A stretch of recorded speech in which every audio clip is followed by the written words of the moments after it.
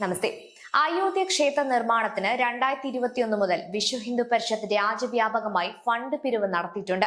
അതിന്റെ ഭാഗമായി ഏതാണ്ട് 4000 കോടി പിരിവ് കിട്ടിയിട്ടുമുണ്ട്. പ്രാണപ്രതിഷ്ഠയ്ക്ക് ശേഷം പുറത്തുവരുന്ന കണക്കുകൾ പ്രകാരം കഴിഞ്ഞ 5 വർഷം കൊണ്ട് 1000 കിലോ വെള്ളി ഭക്തർ സമർപ്പിച്ചിട്ടുണ്ട്.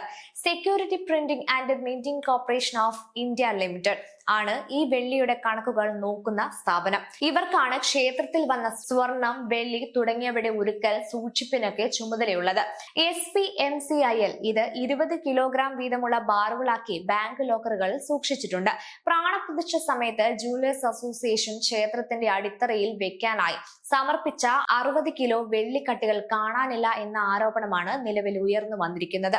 ആരോപണം ഉന്നയിച്ച ദിവസങ്ങൾക്കകം യോഗി ഗവൺമെന്റ് സ്പെഷ്യൽ ഇൻവെസ്റ്റിഗേഷൻ ടീമിനെ രൂപീകരിച്ചു. SIT പരിശോധനകൾക്കിടയിലൊന്നും പക്ഷേ ഈ വെള്ളിക്കട്ടിയുടെ രസീതോ ഉപയോഗമോ സുരക്ഷയോ കണ്ടുപിടിക്കാൻ കഴിഞ്ഞിട്ടില്ല. രസീത് ട്രസ്റ്റിനെ ഏൽപ്പിച്ചു എന്നാണ് ജൂവലേഴ്സ് അസോസിയേഷൻ പ്രസിഡന്റ് അനുരാഗ് റസ്റ്റോഗി പറയുന്നത്. അതിന്റെ കോപ്പിയും മറ്റും അദ്ദേഹത്തിന്റെ കയ്യിലുള്ളതായി പറയുന്നില്ല.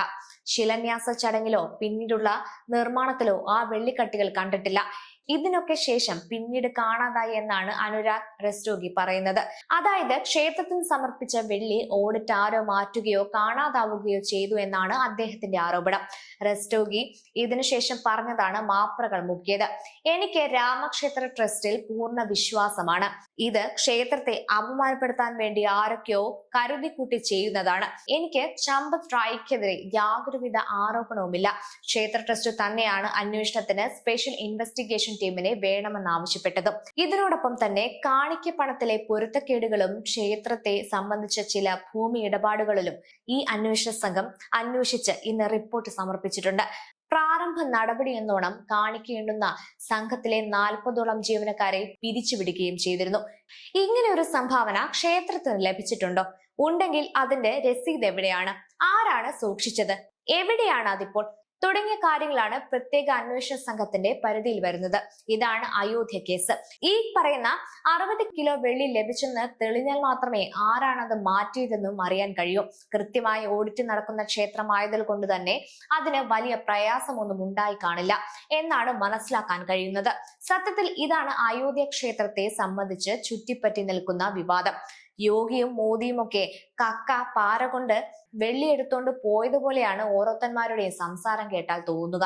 ശബരിമലയിൽ നടക്കുന്ന സ്വർണ്ണക്കൊള്ള വെച്ച് ദേണ്ടട അവന്മാരുമുണ്ട് എന്ന് കാണിക്കാൻ സഹാക്കൾ ശ്രമിക്കുന്നത് വേറെ. ഇനി BJP RSSകാരുടെ വിഷയത്തിൽ നിലപാട് എന്താണ്?